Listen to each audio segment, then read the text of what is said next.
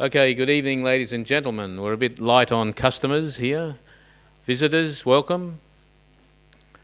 And thank you for coming along to the final session for this year of our Wellbeing program, a Q&A on care for carers.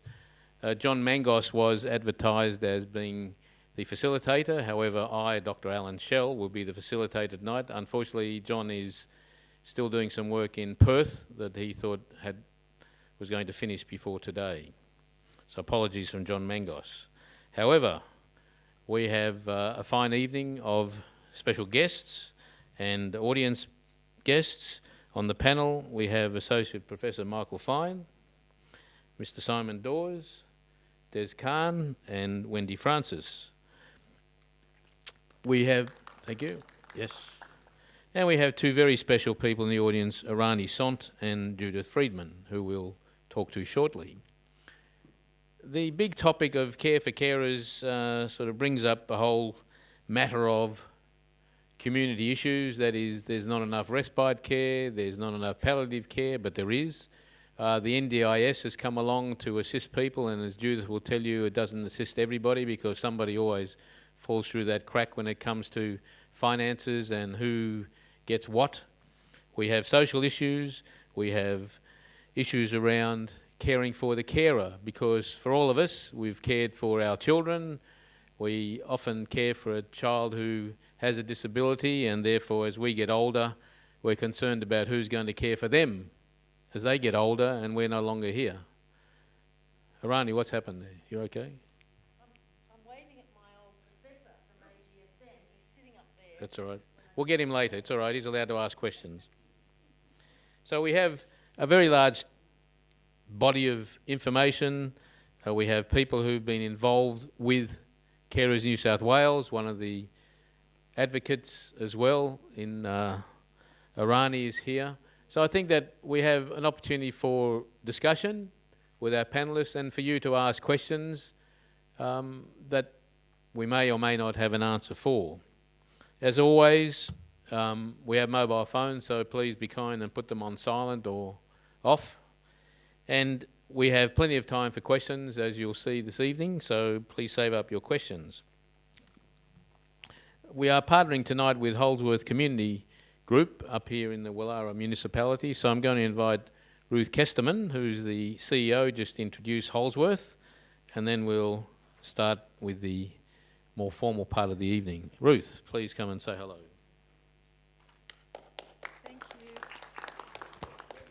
Thank you so much, Alan, and thank you to everybody. We're really honoured to be here tonight. We feel very privileged. We see at Holdsworth, we see the amazing impact that carers have on the lives of their loved ones and how challenging that can be at times. So it's such an important topic, so we're very, very pleased to be here. I just wanted to give you a little brief introduction to Holdsworth. We have been part of this local community for more than 75 years, so some of you may know of us or seen our buses around, but yeah, we have a very strong connection to this local community. We're very... Our organisation started with volunteers from the local neighbourhood delivering programs, and it's grown to a quite specialised service provider that provides services across southeast and central Sydney. But we've really held on to that local approach and that very personalised approach that really has been part of our culture from the very beginning. So our purpose is to support people to have healthy and fulfilling lives in the community, and we really focus on connection, social connection, and wellbeing. We're a very values-based organisation, so we use our values of trust, kindness, openness and independence to really guide any decisions that we make.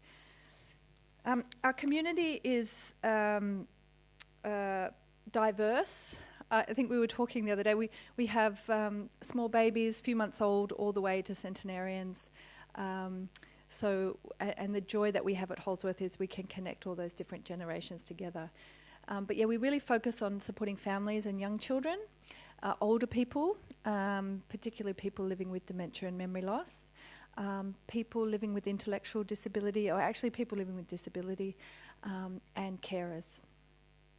I'll just quickly touch on a couple of those. So for people in the later stages of life, our approach is really focused on respect and dignity. We really want to support people to maintain that control of their life for as long as they can and remain living at home. So yeah, we have a range of different programs: outings, transport, exercise, meals, visiting, and also support in the home now. So we are a home care package provider. We have been for the last few years, and our service has grown over the last 2 years. We have certainly a very distinct personalised approach to our home care package support. So it's something we're very proud of. And a new program that we've just launched is Holdsworth Home Share, which is matching up older people who are living in their own home with a room to spare with a younger person who's looking for affordable accommodation but also companionship. And the outcomes for both parts of that match are just amazing. So that's also something that we've just launched. Also relevant is that we are a registered NDIS provider, and we support more than 170 people in our community to really live their ideal life, the life that they dream of. Yeah, we have a range of different programs. Again, social support, individual support, skills building, meals, transport.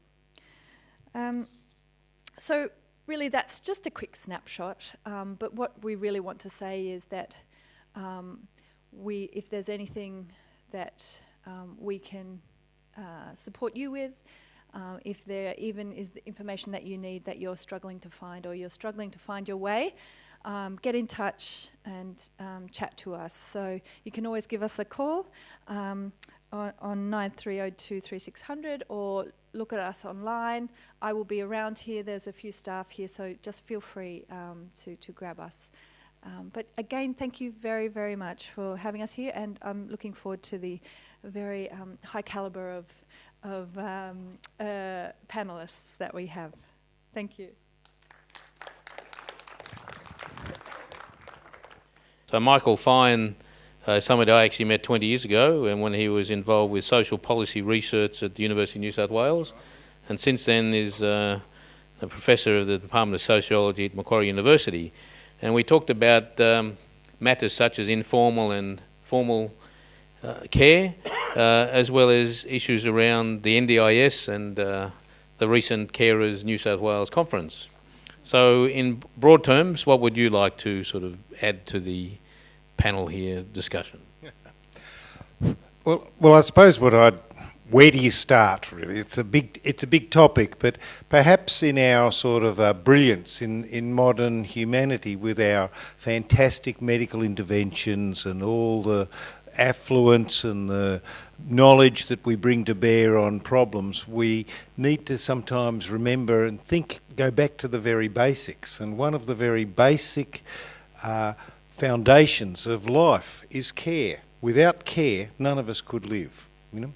When we're a young child, when we're first born, we need someone to care for us because we're incapable of supporting ourselves at that time. And as we grow older, care is part of what helps shape us into the person that we become. And care, of course, continues to be necessary right throughout our life. It's sometimes said that you need care when you become old, or you may need care when you become old. You may need care when you're disabled. You may need care during temporary periods of illness. And we often think of how wonderful our professional care services are, or we complain that the services aren't good enough, or that they could be better. But we forget that still, unpaid care provided by family members is what really underpins the entire system. Long before most people go to the doctor complaining about a problem, they've talked about it with their partners or their children or their parents. It's discussed in the home for a long time. And when it comes to, we think of care in different ways. One of the ways in which care operates, care is an emotion. We care. I care for you, you care for me, I care for my partner, etc. Care for my mother and father, they cared for me. But it's also a form of work.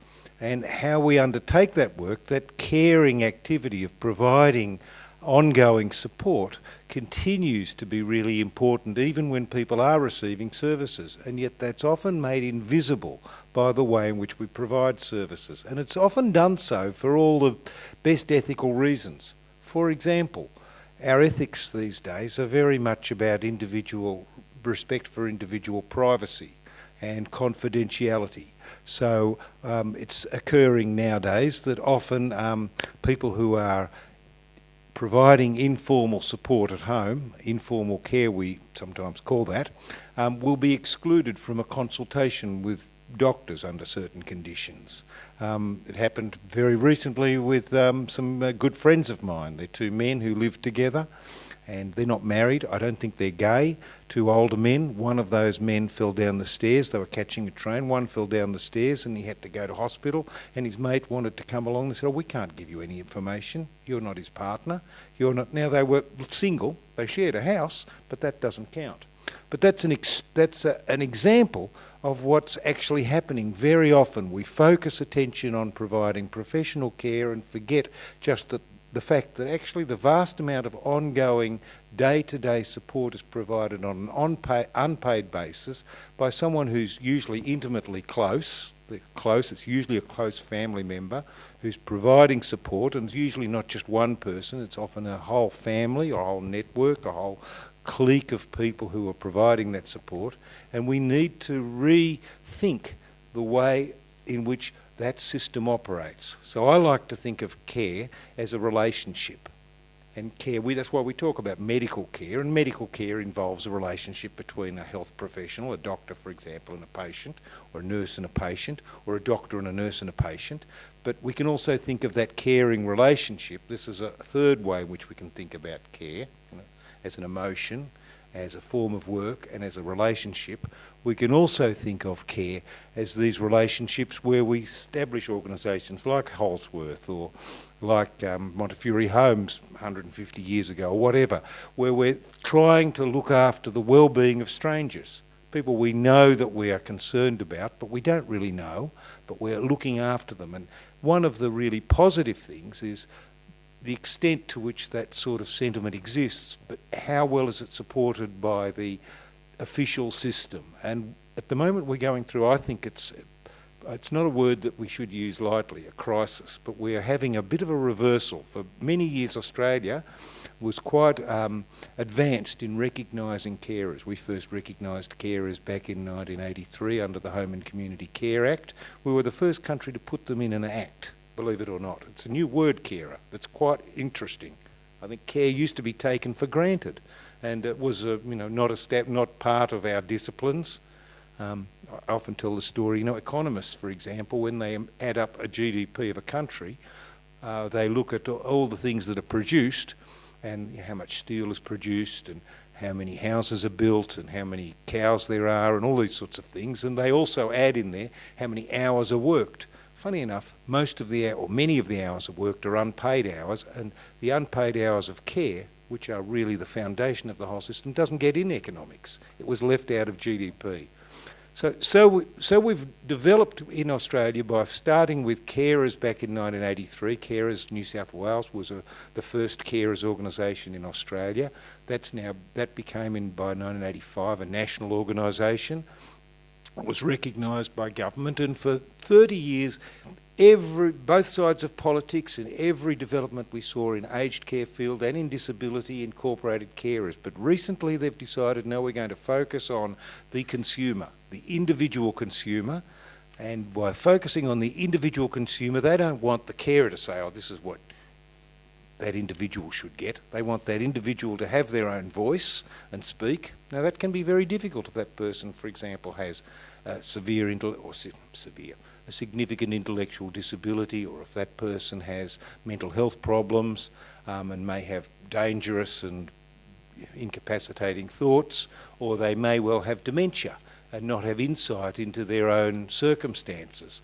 And so it's very important that we go back to the trajectory we were on as a nation, and that we as a community, I think, are still on, where we recognise that we're not just individuals alone, but that we are part of a community and we are embedded in personal relationships and recognise those personal relationships, and that we provide the right forms of support for them. Thank you. Okay.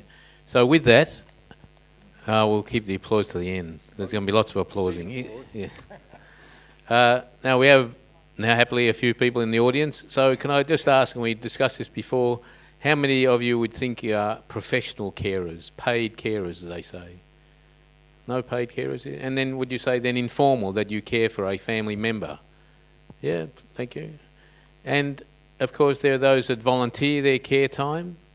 You call yourself a volunteer? Thank you. So we have a mix, okay. And of course we'll have a couple of special audience people talking to us shortly. But I think with that we have a professional, well, I guess a carer who's a professional business person and involved also in Carers New South Wales that Michael brought up. Perhaps Simon Dawes, would you like to just talk about your experience both as a carer and in business and Carers New South Wales, just to update us if you can. You have to be quite close with the microphone, I think, up close. Sorry. Caring... Right up close. Sorry. Caring is one of those, I guess, things in life which is sort of very personal. There's I was listening to Michael, and it occurred to me that there's a range of caring acts, caring things that people do. And they start from sort of the most basic sort of caring, the simplest caring, which is just part of life. And then that level of caring and that level of need for the other person can progress till it becomes a significant, has a significant effect on your own life and your own ability to do the other things that you want to or need to do, regardless of how much you want to or you value your actual caring role. And I think it's that gradual progression from it being just a normal part of living in a family or a group to it becoming almost I'll use the word debilitating, but certainly a consuming part of your day-to-day life.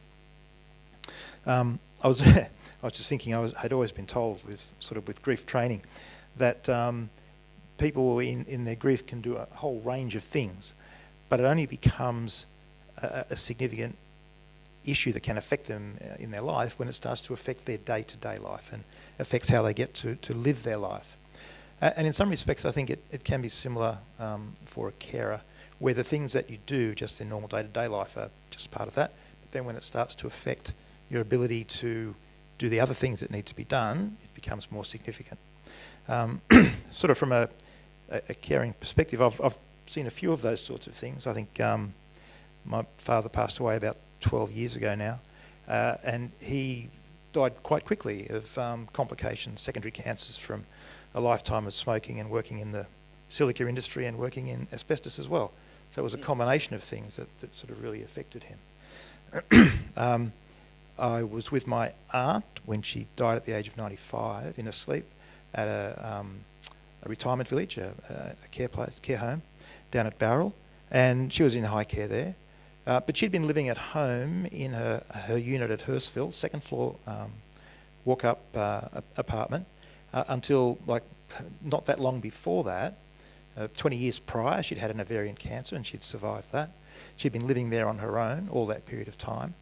And she'd had some people coming in to do some care for her as part of her day-to-day living. But the thing that really ultimately affected her was pneumonia, and then she ended up going into care as part of that, because she could no longer live at home, even with people coming through there to help her. And my mother now is in that same care home. In her case, she has had a sort of a whole lot of, I suppose there'd be sort of mini strokes in some part of her brain, and while she can speak and she's got some fine motor skills, there's no memory of pretty much of anything. So again, from her, she's now immobile, bedridden. So there are different things, I guess, in life that change and that affect that whole caring role and the things you see as a carer. From my perspective in Ernst & Young, I'm a director in the sustainability and the climate change team. How does that relate to ageing, you may wonder?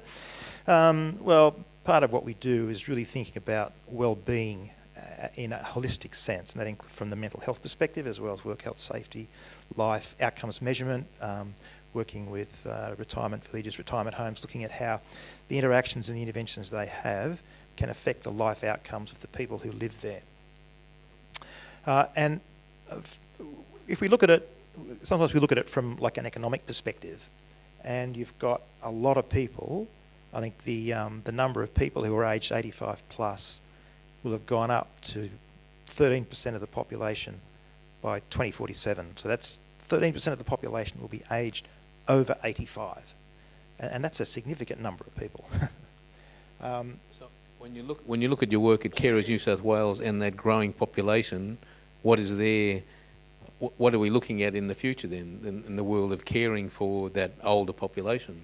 Yeah. So what are some of the things that you're talking about then with your board members, if I can ask, if it's public information? So, yeah, of course. I guess from the Carers New South Wales perspective, we're sort of very much engaged with the research thing, as people would know, at the Carers New South Wales conference, and how we can have that sort of long-term sort of role in working with people. From my other perspective, from EY's perspective, our thinking there is around working with people as they get older. So moving away from something which is purely reactive, like the vast majority of diseases, cardiovascular diseases, mental health issues, a whole range of things which are to some extent avoidable, excluding things like cancer from that category, but those illnesses and debilitating illnesses which are to some extent avoidable through lifestyle choices and things that are done as you're younger. But in working with organisations, people, society, so that as a stronger and a better approach to medical treatment, medical health, so that people, as they get older, that gap between retirement and actually having a significant health issue in terms of age gets longer and longer, so that you actually get older before things become significant. If you can do that, then that basically means people end up living healthier for longer, and so the caring role becomes a little bit less and a little bit later in life. So I'm sort of a young 62 at the moment, pretty much. And when I look at my life sort of going forward, I think, well, okay, so I'm 62 now. What do I expect to be doing when I'm 70? I'm thinking, oh, okay, well, I'm probably still going to be at work, I think, doing probably not that much different to what I'm doing now. What about like 75? Well, I'm probably That's going to young. That's young. I'm probably going to be retired then, but I'm thinking, what are the things I'd like to be doing then? And what do I need to be doing now in terms of looking after my health, so that when I can look forward 15 years and 20 years, 25 years, that's probably about the limit, I think, I can be reasonably confident, failing some inadvertent accident, that it'll be a contented retirement. So the message is that the carer should be self-caring as well. Well, I'm going to sort of remove the obligation from the person to be self-caring and place it onto a system approach or a system way of thinking about people through their lifespan, so that when they get to that point, they don't need to be self-caring because they don't need to be cared for as such. Okay. They're just living life in a way that they are doing what they need to do, able to do what they need to do for as long as possible in their own home. Okay. And home care and all those other things are about providing that extra level of support, so that the things that are more difficult can be done, assisted with, so that they don't become then a greater negative impact. Okay, so we'll segue then to Wendy Francis, who's our community care manager for seniors at the Holdsworth Community Centre, and certainly we'll talk about those issues around supportive as you move along the life cycles. Over to you, Wendy. So we talked about, and we've been involved with all the new projects and the fact that there's quite a large number of people having home care packages, etc. So maybe we should go on from what Simon was talking about. What are some of the things we can then expect as we are getting older in the community that some people are not aware of?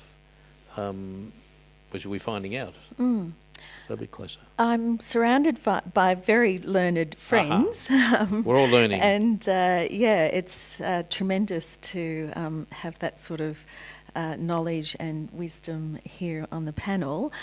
Yes, I come from a very different place of working directly in the community. But I think there's some really interesting themes that we can pick up on there around actually the interconnectedness. And I think some of the things that are really important in how we can work together with carers who are caring for their loved ones. So I think those things around recognising that actually carers are the experts in caring for their loved one, and it's really important, I think, that service providers absolutely recognise that and work very closely, as I think Simon was describing also, to make it an ecosystem, if you like, that everyone is sharing in that partnership. And when we can create those sorts of connections and relationships, I think that's when we see really successful supports that help both the older person or the person with a disability that's being supported being able to continue to live in the community with carers that are continuing to be resilient. And I think that's probably something that Des can speak to as well. So I really think those concepts are important for us to reflect on and hold close in the work that we do. But to come back to some of the practical things that Alan was highlighting, and maybe I can just get a show of hands. Who's heard about My Aged Care? Okay, we've got a few people. What about the Carers Gateway? Does anyone know about that? Oh, many less. One. Yeah, so I think the number of hands actually highlight the difficulty that people are experiencing in actually navigating their way through the systems now. And I guess what I can say about that is that Holdsworth are absolutely committed to helping people navigate that system. But when we think about the barriers that are there for people on a day-to-day basis, so for people who have some memory loss, for people who are hard of hearing, for people who don't have access to the internet, for people who have English as their second language, there are barriers right there limiting their access to the really important services that they will need as a carer or as a person, directly needing those supports. So Holdsworth absolutely are there to help people navigate the system. But I guess one of the key things is that if you don't remember anything else from tonight, please remember My Aged Care. It's the gatekeeper for services for older people. If you wish to access services that are subsidised by the Commonwealth Government, then you need to make that connection with My Aged Care. They are the gatekeepers for services for older people. The problem is also we know that people who are waiting for those services are now out about 12 months or more before those services come along. Yes. So while you're saying that you have home care packages or whatever healthcare need somebody is assessed to have the benefit from that package, it's taking time to get it into the house. Absolutely. So how does Holdsworth speed that up in any way? Well, we try. Another question for the audience. Have you heard... Do you know how many people are in the queue at the moment for home care packages? Has anyone been... Any higher bids? I think there's actually about 130,000 people waiting for their home care packages. And I don't want this to be all doom and gloom, but that is the reality. And the reality is also that some people actually pass away before they are actually allocated their package.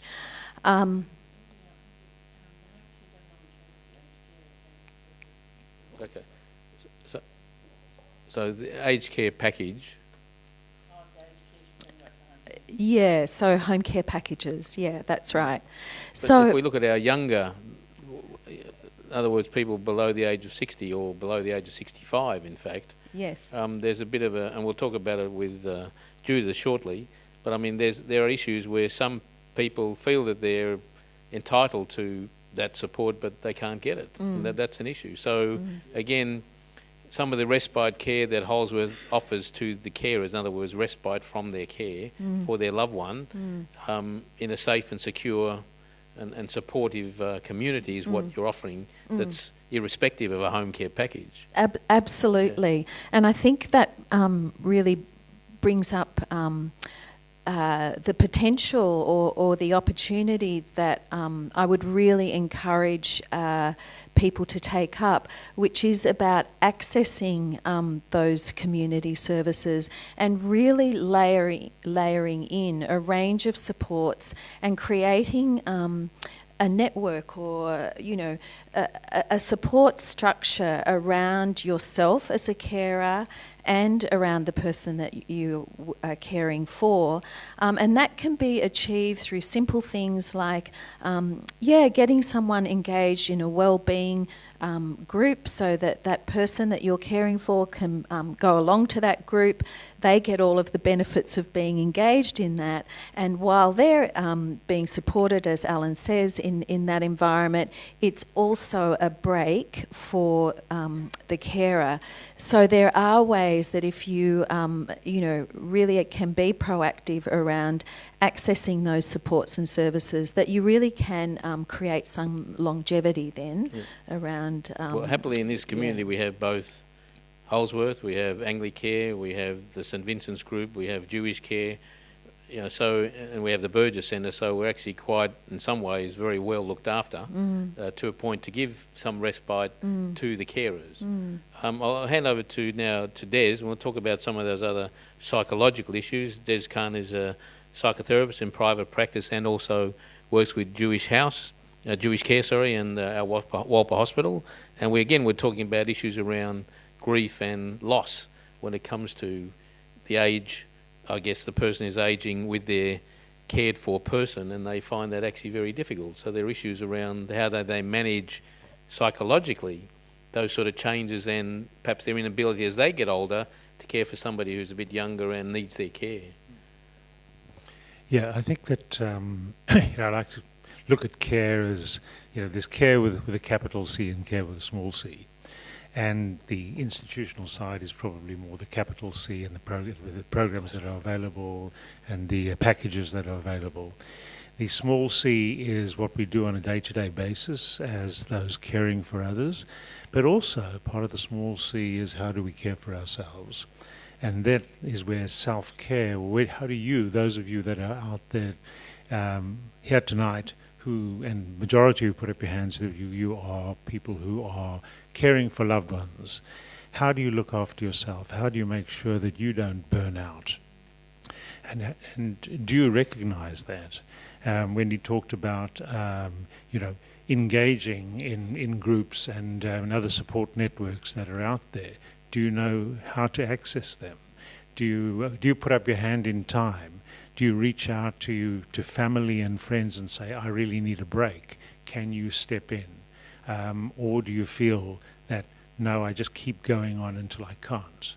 So it's how to be able to recognize the signs of burnout and nip that in the bud. And then also, how do you then find something which is meaningful for you? On all what I see is the 5 dimensions of being a human being. So it's your emotional, your cognitive, your behavioral, and your spiritual side, which you we all need to address, and to be able to continue caring for our loved ones, because that's what we want to do. We need to be able to find ways to care for ourselves first and foremost.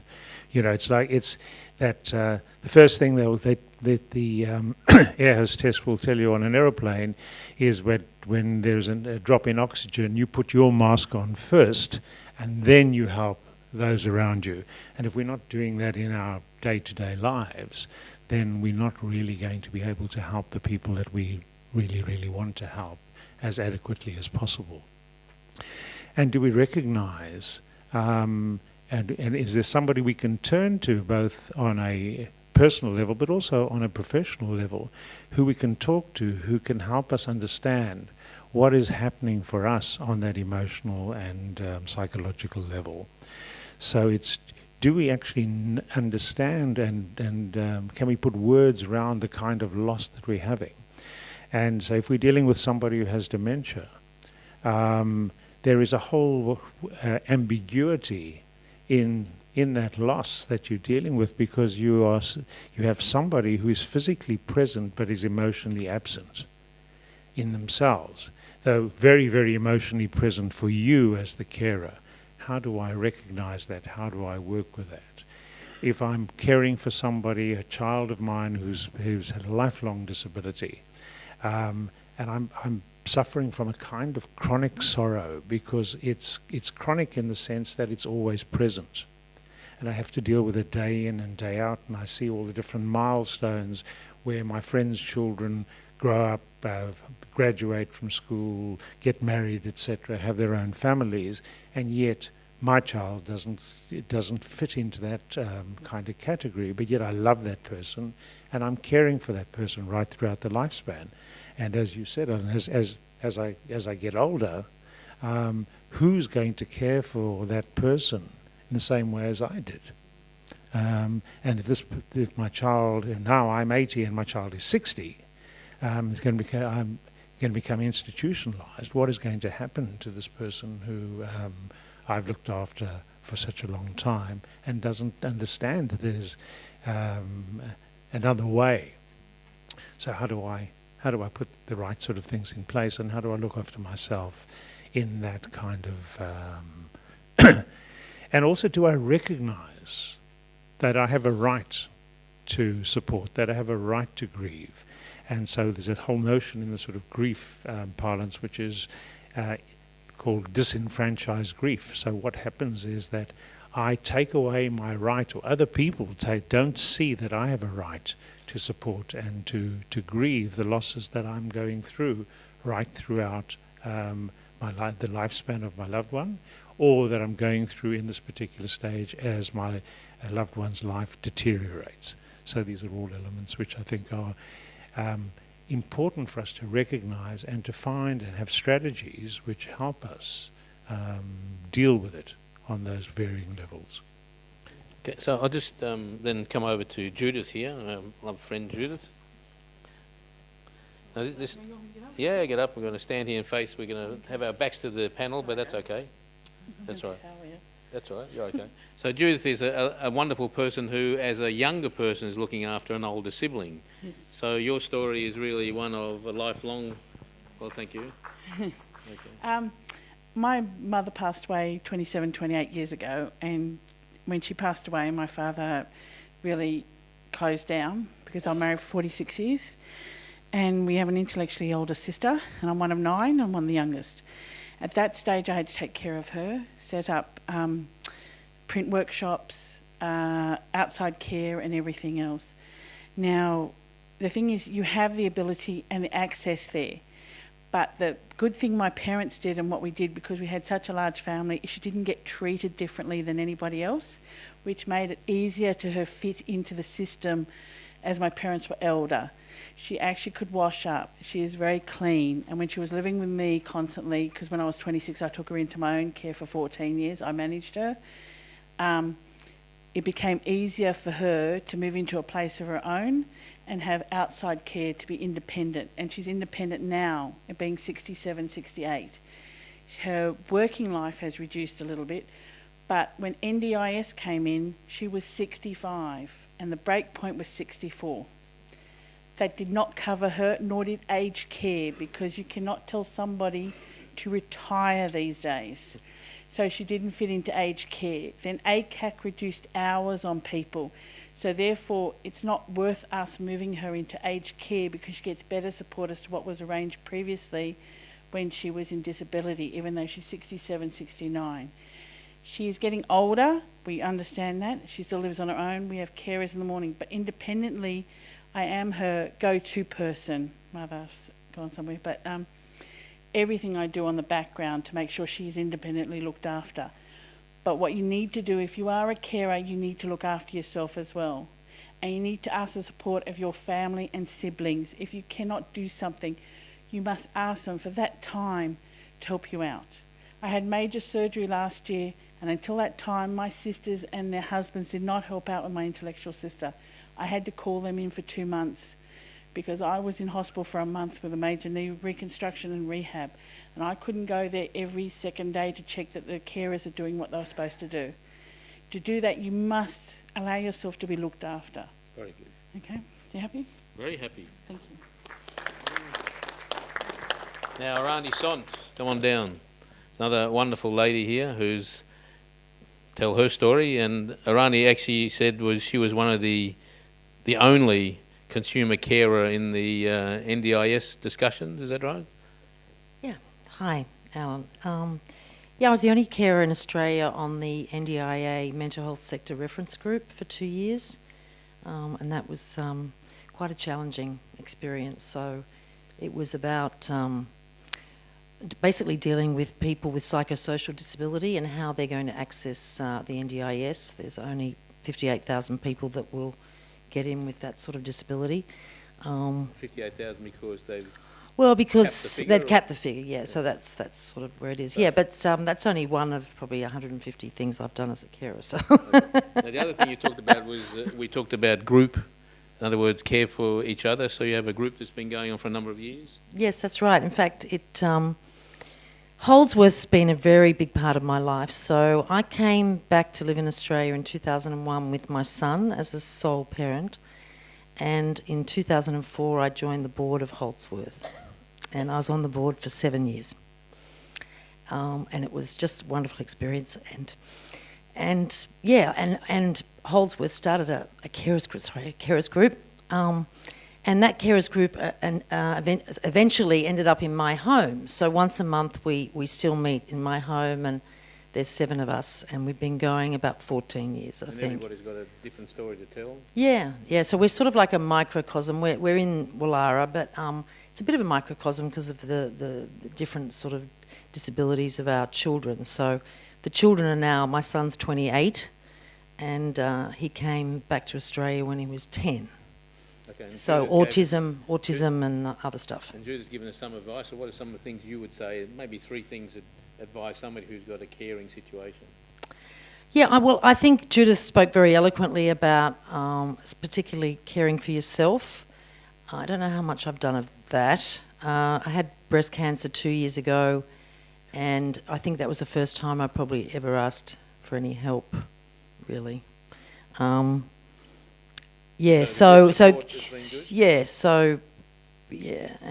I've been single all those years, so I haven't had a partner as well. So that also just makes you end up being very resilient and reliant just on yourself. That's probably not a good thing.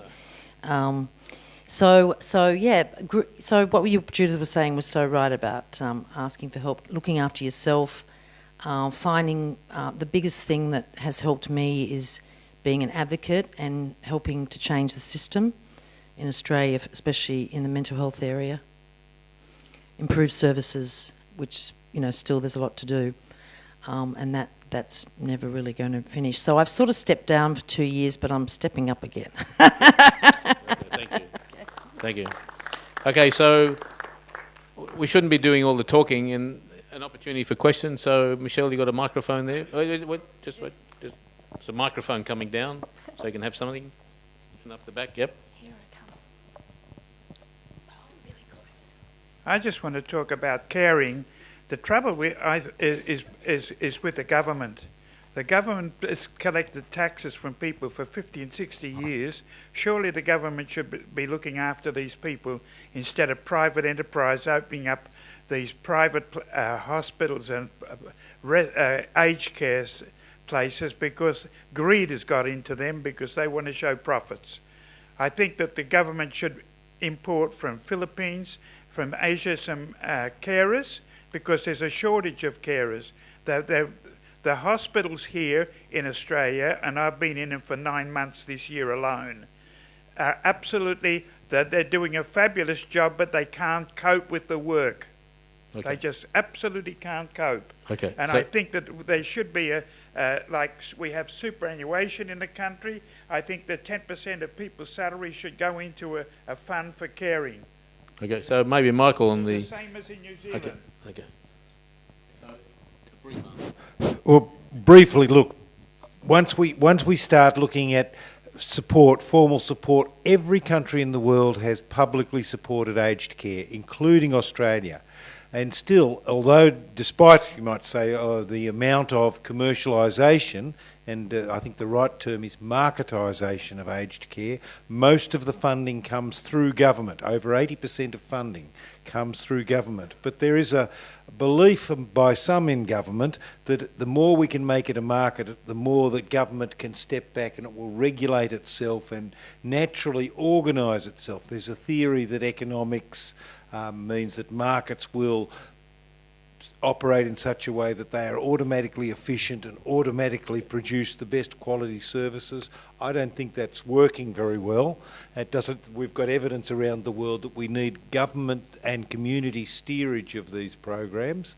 As for the carers, care workers, as you said, you're interesting. You mentioned Filipino women. Most of the care workers in Australia, unpaid carers, about 2/3 of the informal carers are female, but men care quite a bit there. Once you get into the aged care system, it's over 90% of that is female, over 90%, very relatively few men anyway, and I think we need to increase that, and there's real scope for that to do that. But there are plenty of Asian people working in there. It's not that we need to specially import them. There are plenty of people in Australia who will work if the jobs are created for it. That's where, and you know. Yep. 9 million people. Yep. Have a look at the aged care there compared Yep. to here. It's outstanding in Israel. Okay. It's right. Well, you did raise funding, and one of the issues in Israel that many other Okay, countries, yeah. Thank you. Yeah. Thank you. Yeah. Thank you. Okay. Please Yeah. let people speak. Thank you. Look, it's a very fair point that you raise, and one of the things that Israel has that links into what you're saying is a long-term care insurance program, and I've been an advocate of that myself.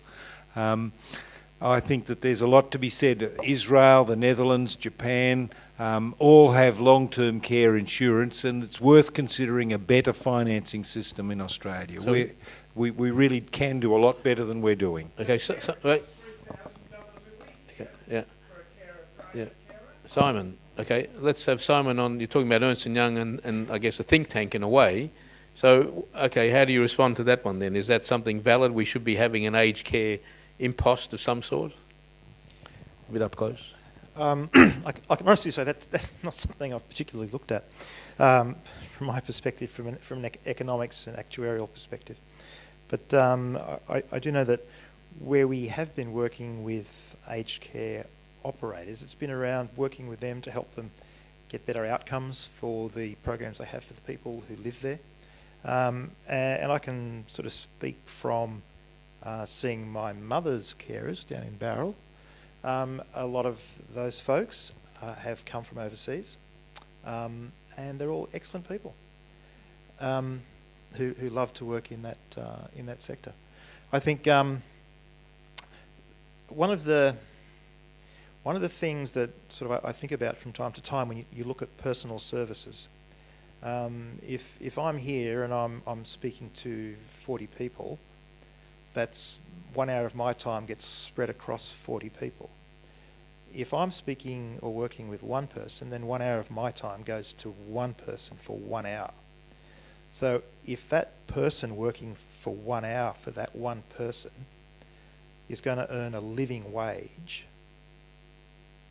then that person who is receiving the care needs to pay that person a living wage for an hour. Or somebody does. Somebody does. And that's the biggest issue when you look at how the costs of healthcare are rising. It's because it's 1-to-1, 1-to-2, 1-to-3 instead of 1 to a group.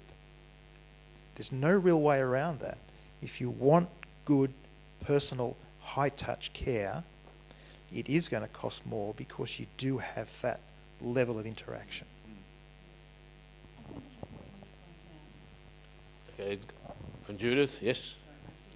Need to point out to people, and I've been in this situation with 2 elderly parents that needed high dependency care, that sometimes people try to keep their parents at home longer, and the strain on themselves and the care and the assistance, and they don't actually look after themselves as well, that sometimes they don't want to let them go into a place that they can actually have the specialty care, and they think they're letting their parents down, and sometimes somebody has to talk to them to explain that. It's not been cruel to be kind. I've been in that situation where the father had dementia for the last 2 years, didn't recognise a lot of my sisters, but me, because I look like my mum. But I've been through all of that, so you have to understand when to ask for help. Any more questions up? Yep, back there. Thanks for that comment. And I went on to qualify as a diversional therapist. And one of the things for most of us who are children with elderly parents or grandparents is we need support.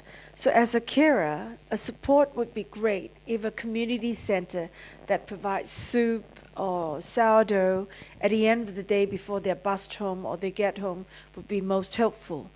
And I know the Holdsworth Community Centre and Abraham Mott in Millers Point is fantastic. So they do a great job, but if only they would extend the hours, because most elderly parents or grandparents don't like to eat alone. So if they come home and if their grandchildren or their children are not home on time to eat dinner with them, they wait till 8 o'clock or 7 o'clock. And sometimes it would be so good if they eat together. Most people love to eat in a community, in a social setting. So if only our community centers, because we're never going to have enough aged care homes or nursing homes, and who would want to go to a nursing home if they can eat in a community or have some social activities, card games after dinner, or music or sing-alongs. It's just something to think about. Rather than being home. I think the Holdsworth has a very good gate and cafe, but that's also not open all hours, is it? So again, okay, commenting on, I think that's, the whole issue is going to be where does the community care and where does the family care? So that's an issue. And of course, many papers I'm sure have been written that there are more people now over the age of 80, 85 living alone than there ever has been before. Single people living at home and away from the rest of their family. And even they somehow, unfortunately, can't get to a community centre because, one, they don't know they need help. They haven't asked for help. And the family's not around to sort of find the help for them. That's also a problem. We can't go and just make people go out and stay in a community centre. That's also the problem. But one of the things was I find myself, because you kind of adopt people that you're not related to because they're on their own, and you bring them home. But it would be so nice if, there's a sing-along or card games after dinner, and then they get bussed home, because when you see so many single people in the eastern suburbs living on their own, I look at it and I think, oh my God, mainly because maybe I'm Chinese and we're not used to seeing people on their own, eating alone or just watching telly on their own.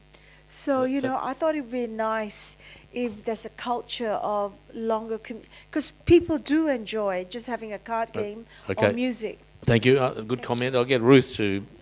Please, Ruth. Yeah, Ruth, come on. Sorry, yeah, I'll just...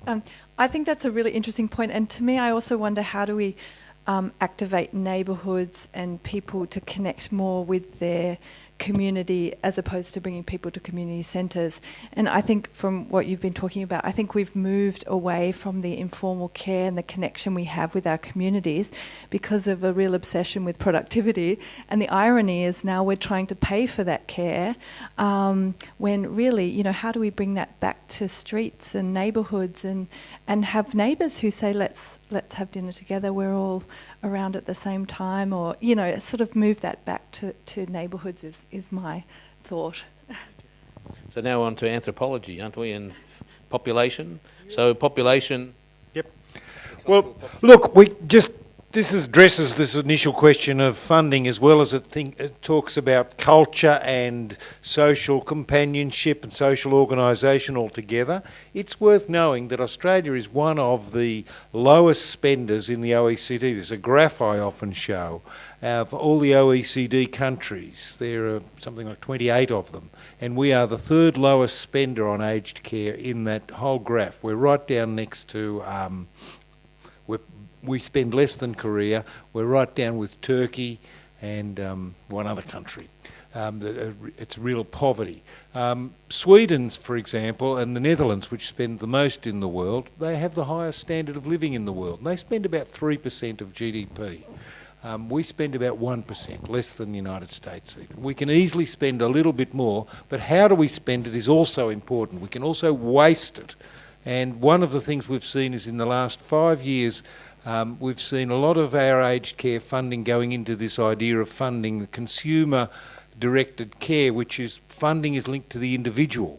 When they, before that, there was a real approach to try and foster community responses through block funding, as it was called, and a large amount, block of funding. It might be, say, $500,000 a year or $1 million or $2 million, depending on the assessment of the organisation's capability and the regional need would be given. And that organisation would then try and build on that amount of money and help as many people as possible. But now what we're getting is we give money to an individual, it's suddenly extremely difficult. There are a whole lot who miss out. That we've seen the waiting lists. We didn't have waiting lists 5 years ago, not like this. We had waiting lists of 2 and 3 weeks. We've now got waiting lists of a year, you know. So it's not only amount of money, it's the way it's organised and the way it's spent and the way it's controlled. And we know a lot about how to do that. There's a huge body of research, and the Australian policymakers have just not, we're absolutely ignoring the evidence of how we can do it much better. But the good thing is that we've seen in Australia, with relatively small amounts of money and goodwill, that we've developed quite a significantly effective system, and there are certain efficiencies in this form of block funding that we can look at. Simon's interesting, though, in his raising this question of productivity. Care is a personal service, so you're helping one person. For example, think about helping a person shower in the morning. One person helps another person shower. We haven't yet invented a machine that does that. So pretty well all our industrial production, including finance, including offices, has been computerised or mechanised or sped up with productivity enhancements like that. But that doesn't occur in care. And it's one of the issues that makes it very difficult to demonstrate how effective it is. And yet in Australia we have incredibly effective methods, and I think we do need to think how we can use that sort of social dividend that you're speaking of people helping each other and that general support that you give each other in a group. How do we get back away from this individualised model? Of course you want to recognise people's individual characteristics and their personality and their right to be themselves. That's very important. But how do we build on those social connections instead of erode them? They'd like to. Okay, another question. Another question up here, lady. Yes, the lady there. Wait. Wait. Just get the microphone. Everybody wants to hear. No, you haven't. Just hold it. Take up singing. Yes. Thank you very much indeed. First of all, I want to compliment you, and I think that for a lot of the subjects that Wolper has advertised, there's been large audiences, and I'm thinking quite sadly of why there aren't so many people, because well, happily they can watch us on video later on. Okay, there are a lot of people who obviously in a care situation that they can't leave, whoever it is. So I think that's part of it. I just want to say that I'm new to Australia, so some of my experience definitely doesn't come from Australia, but I've been in a position with 4 or 5 people in a caring situation. And what I found most difficult is when, as a carer, as you mentioned earlier, is not given the rightful place, as it were. For example, somebody who's somebody that's very close to me was having operation and didn't know when the person was coming out of theatre, and 3 hours later you thought perhaps the person had died in theatre, and you asked, well, can you just tell me, is the operation over? And they said, we're very busy, you know. So that kind of thing manifested itself in a lot of ways, and that made it very, very much more difficult. So having arrived here and not having lived in an apartment for many, many years, I decided I needed to knock on doors and say, hello, I'm in the block. Try and get a little bit of what you're saying is a little bit of the community. And I had one person only who said hello. The rest sort of thought I was coming to rip them off or do things. And I appreciate when people are older, and I'm not so young myself, I think I'm young, knocking on the door and perhaps they're fearful. But I've tried to kind of go and say, and there are people who do need carers in the block, and it's just very difficult. There seems to be this just leave me alone, don't interfere, and so on. And I think this eating together or not interfering with people, but just having a connection that, you know, if there's a crisis, there's somebody next door. I don't know how that could be cultivated anyway, but that's just a couple of comments. Des can talk about why does society change? What's happened? What have we done wrong?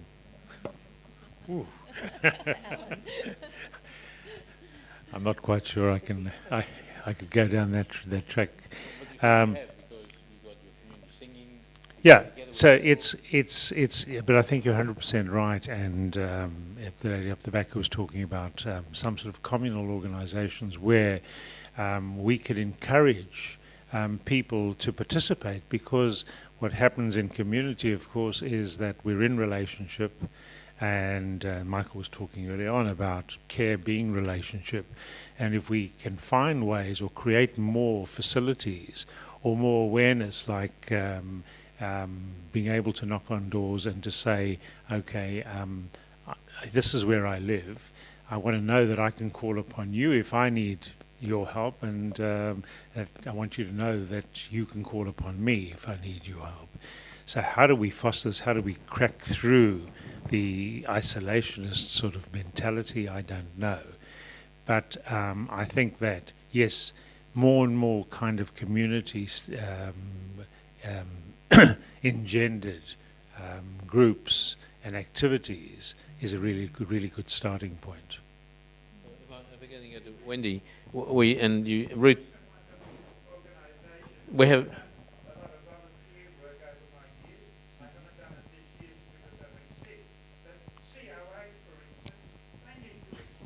Okay. So talking about volunteers, exactly where I was coming to, thank you, is that we started Holdsworth with volunteers. Now you say we have no paid. So have we lost the volunteer? Though Australia has always been said to be a high volunteering. It is. Yeah, high volunteer. We did very well with the Olympics, all on volunteers. So is Holdsworth seeing as one group, community group, there's a change in volunteering, is it?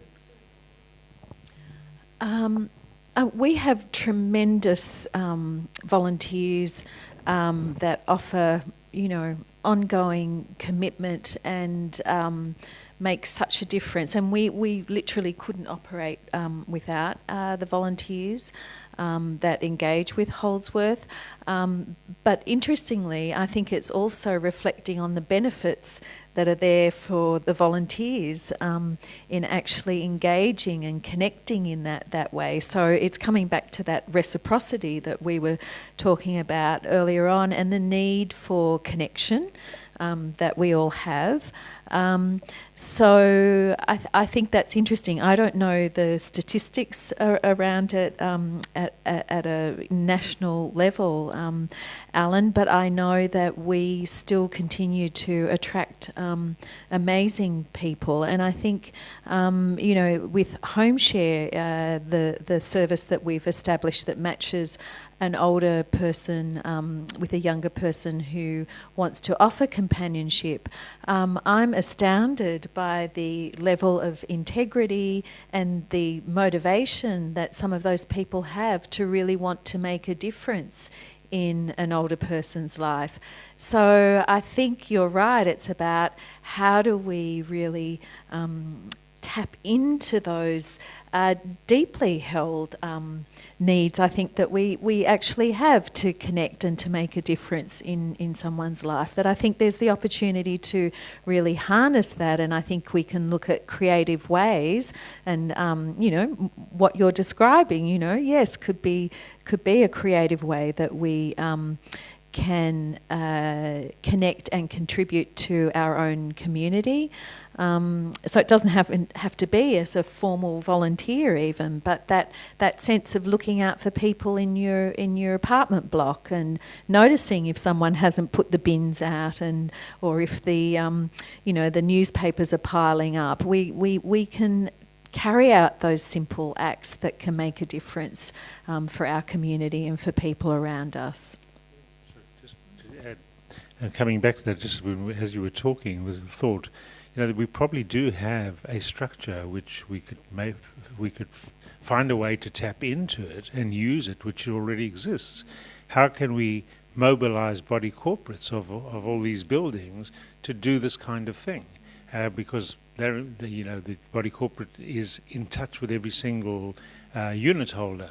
So how can we find a way to use that organisation to identify the needs of both the people who need and those who are prepared to volunteer and help out? So perhaps that might be the way to go.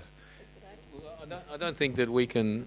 you're right. in getting people to come and eat together is very difficult, and so the idea now of having group homes is part of a community situation, or when you do have somebody that has a disability but you'd like to get them, I guess, into a halfway house, there's a way to try and create that community as well. And sadly, in those situations too, there's character differences and personality differences can interfere with obviously having a harmonious outcome. But the cultural difference, I do a lot of work in dementia education, and across the cultures we have a number of, I guess the immigrant medical practitioner from the many cultures that Australia has, for their populations, often they don't see somebody with dementia because that person's well looked after at home to the very end in a way, and so dementia is actually not on the horizon. It doesn't exist for that medical practitioner. He's never seen it, or she, because that typically an older person, was never brought to them because the family looked after that person, no matter what. So yeah, we do have huge cultural difference in this country, that's an absolute, but we also have an ageing population where a lot of people are fearful of knocking on the neighbour's door. Our daughter lived overseas and actually in Denmark, and there they had a community house where she decided she's going to bake the cakes, and that's a good idea, I'll teach you how to make pasta or something. So it may be worth, you always have the other one is who plays bridge, and you get together and have a bridge group from your apartment block.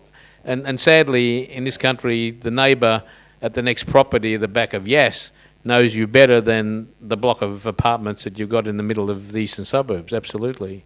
But that's our cultural difference in a way. Yeah, and it's communication, of course. Any other questions at all?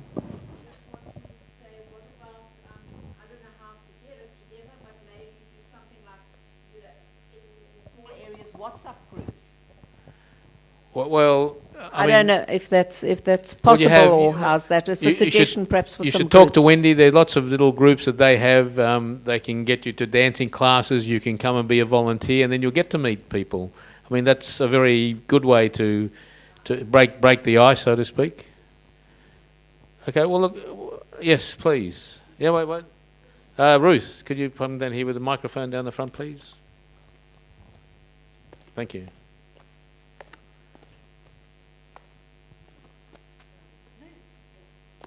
Liz, yes. Just a question. I've got a loud voice if I want. Just a question to Professor and Mr. Dawes. Why is there this time lag from people applying for an ACAT package or some package, and people are saying it's taking 12 to 18 months?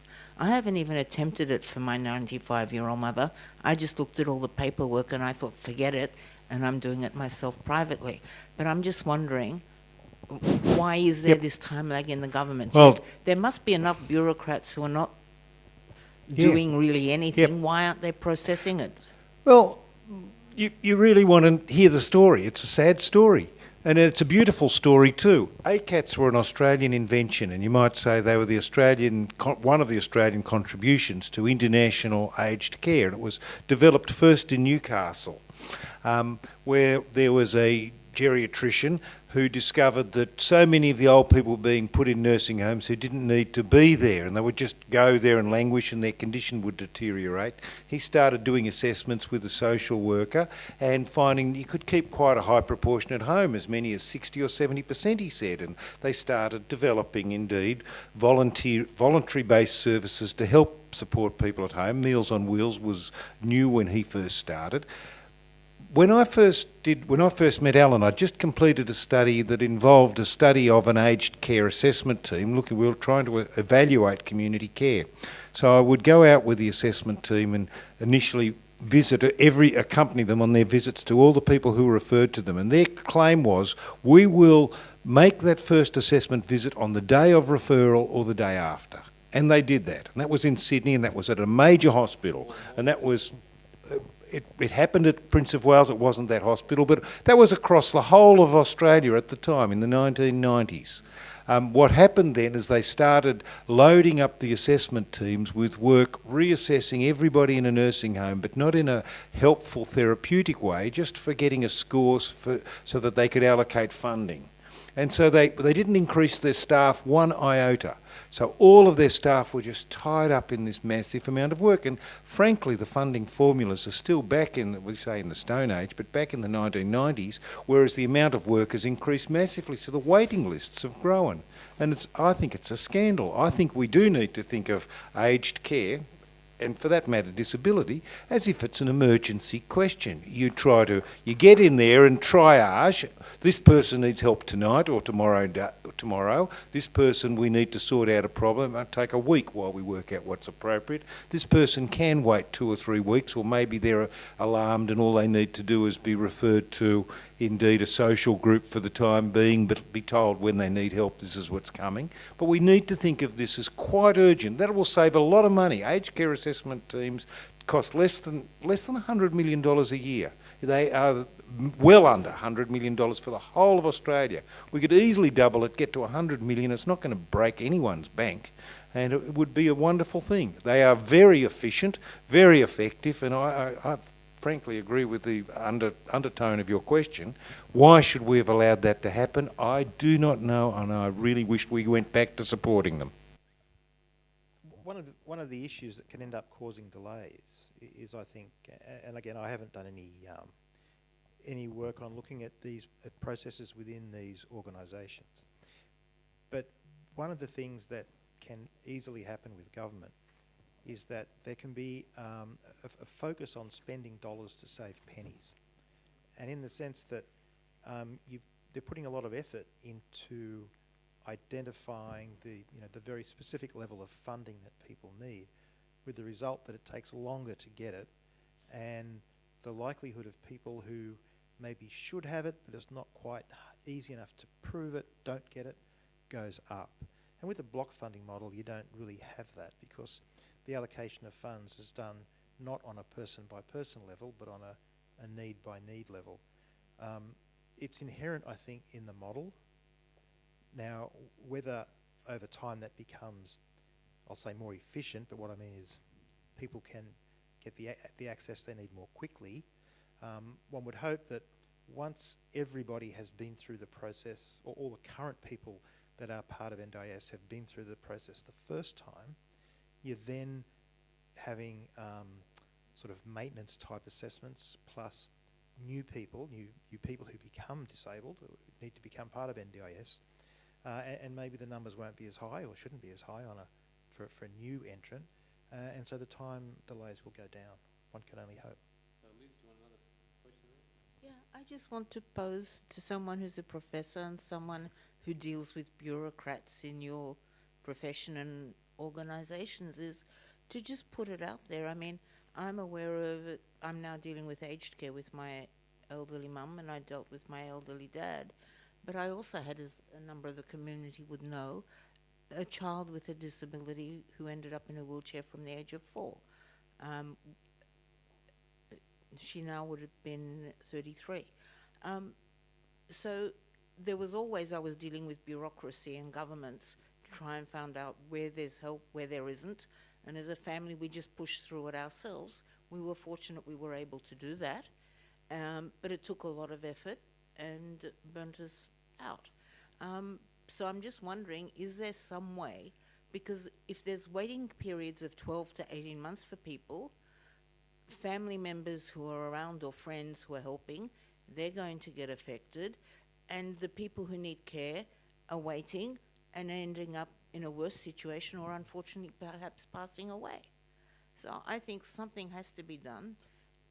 We do have at least a Royal Commission, and that Royal Commission is not an accident that that's taking place. There was a lot of pushing for it, a lot of exposing the problems going on behind the scenes. There was a lot of resistance at the top of government to opening this up to questions, but in the end the pressure was very solid. So I think what we have to do is support the Royal Commission and also take an interest in this. A lot of people think that aged care is boring. It was hardly an issue in the election, and that was very clever, you might say. By pushing it off to the Royal Commission, it was no longer an election issue. I don't think it has to be political with a capital P, but it's an issue that should be a matter at every election, and we should be pushing both parties or all parties to be taking an interest in this and be committing themselves to improving the system. It's never going to break us. I think so. I agree with you, and I've always been amazed that it isn't. There's 40 blades of grass here tonight. Yeah. So Well put. okay. Look, thank you very much. One last question. Yeah? Ruth, just one more in the middle here. I can be very loud. That's all right. We'll put you on microphone, make you louder. Last question, otherwise we'll get caught up here with the movie coming up shortly. Talking about Royal Commission and talking about capital appalling, is there anything you think going to be done about the businessification of aged care? For example, somebody on level 2 package in aged care with any provider, without trying to offend the present provider. According to the paperwork, the actual charges, daily fees, case management fees, you name them fees, add up to about 49%. And on top of it, 49% is not all, because what then happens is that most of the providers do not have carers on staff. So what they do, they act as a broker. So then they outsource it to the privately owned service provider, who then charges on average $55, $60 an hour. And the actual carer gets about $23 to $25, depending on their level of qualifications, an hour before tax. Is there going to be something done about that? Does Holdsworth, one of these providers?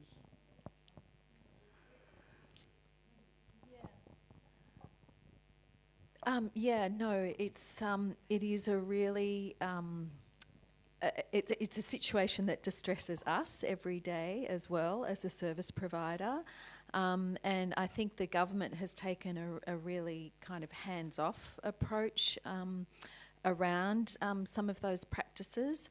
So I think the Royal Commission absolutely will also bring to light.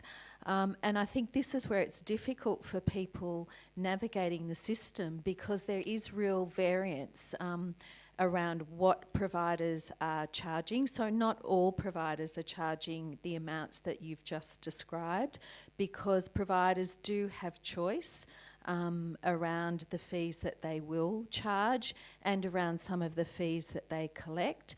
So that means that there's real variance, but the onus then is on the older person who is trying to find a provider to actually have an understanding and to be savvy enough to be able to compare apples with apples, and that's really difficult.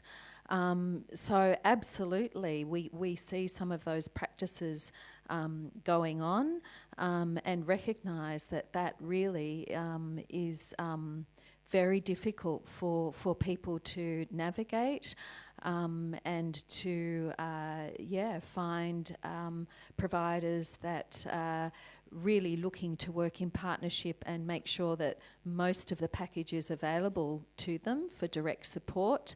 But at the same time, from a service provider's perspective, recognising that it costs money to provide services, it costs money to pay staff well, so it's a balancing act that providers, are responding to. Look, I think that the My Aged Care system came in to try and stop that sort of commissioning, as you're suggesting, and it hasn't done a good job. Yeah, well, it has, and I think that it's going to have to come out to commissions of inquiry as well to say what's the best outcome, what's a better standard, and to limit the amount that they can charge. I mean, that's what's going to happen. And your point is right, and again, it should be everybody here and more should write to whomever it is you wish to write, local members, etc., that you're not happy, and surely from what comes out of the Aged Care Commission and what you've found as a consumer is not fair. I mean, that's what it comes down to. Anyway, I think unfortunately we've got 9 o'clock has come up, and we'll have to say thank you very much to our panellists, please. And thank you to our two guests here, Judith and Arahni, thank you. And to say thank you to all of you for being here. I mean, we're a bit light tonight, but I do appreciate you being here. And to make sure that you're on our mailing list, so the next year we have another five evenings planned out for next year, that you're on the mailing list so we can let you know what they're on. And I wish you a good year and a good year into 2020. So thank you very much this evening.